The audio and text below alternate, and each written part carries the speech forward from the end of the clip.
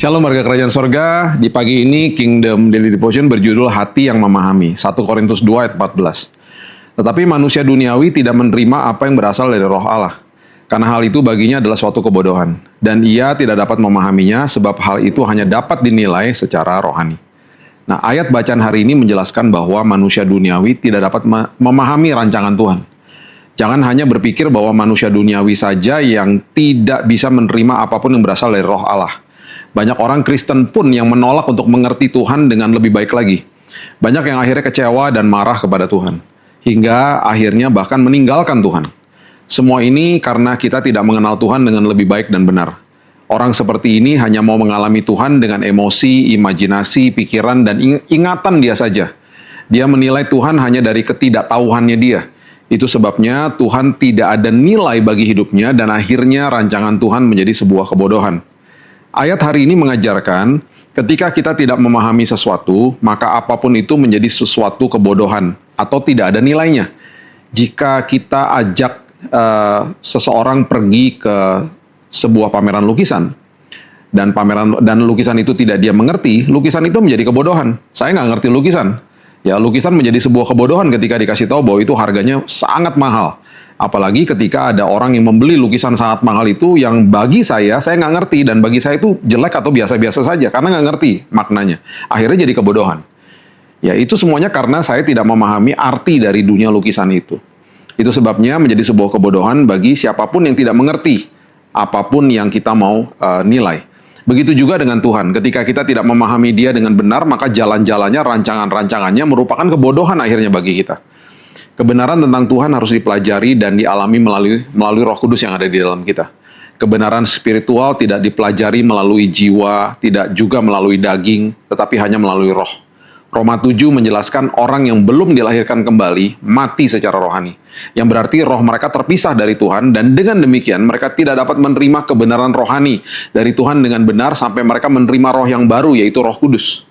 Nah, dalam ayat hari ini, Paulus mengatakan bahwa kebenaran rohani atau pengenalan akan Tuhan bukanlah hasil dari akal, pikiran, imajinasi, atau emosi. Paulus mengundang orang percaya di Korintus untuk tidak berusaha belajar tentang Tuhan hanya dengan pikiran dan emosi mereka, tetapi melalui roh Tuhan yang ada di dalam diri mereka. Mulai belajar percaya sama janji Tuhan, firman-Nya, keselamatan di dalamnya, jalannya, rancangannya, dan rencananya yang menggunakan iman yang ada di dalam roh kita. Setelah kita alami itu, barulah pikiran, emosi, dan perasaan kita akhirnya bisa mengikuti. Jangan terbalik. Jika kita memulai memahami Tuhan dari pikiran kita, maka kita tidak akan pernah bisa memahaminya. Kita bahkan bisa kecewa dan bingung. Ketika kita mulai menggunakan iman kita, maka Roh Kudus yang akan memberikan pemahaman lebih dalam lagi tentang siapa Tuhan dan kebenarannya. Ketika kita memahaminya, maka Tuhan akan sangat bernilai bagi pikiran kita yang terbatas ini. Dan ketika ada masalah atau kesulitan yang tidak dapat kita mengerti dengan pikiran kita, hati kita tetap ada damai dan sukacita karena roh kita sudah paham siapa Tuhan dalam hidup ini. Walaupun terlihat tidak nyaman ketika kita mengalami masalah hidup, hati kita tetap berkata bahwa Tuhan itu baik. Tunggu saja, setelah ini pasti janjinya akan terjadi. Jangan takut. Hati kita akan mengatakan kesembuhan sudah terjadi, pemulihan sudah terjadi, penyertaan, perlindungan sudah diberikan. Itu semuanya keluar dari hati yang sudah paham bahwa Tuhan itu hebat, bahwa Tuhan itu luar biasa. Walaupun mata kita belum melihat, hati kita sudah mengatakan, saya sudah terima dalam nama Yesus.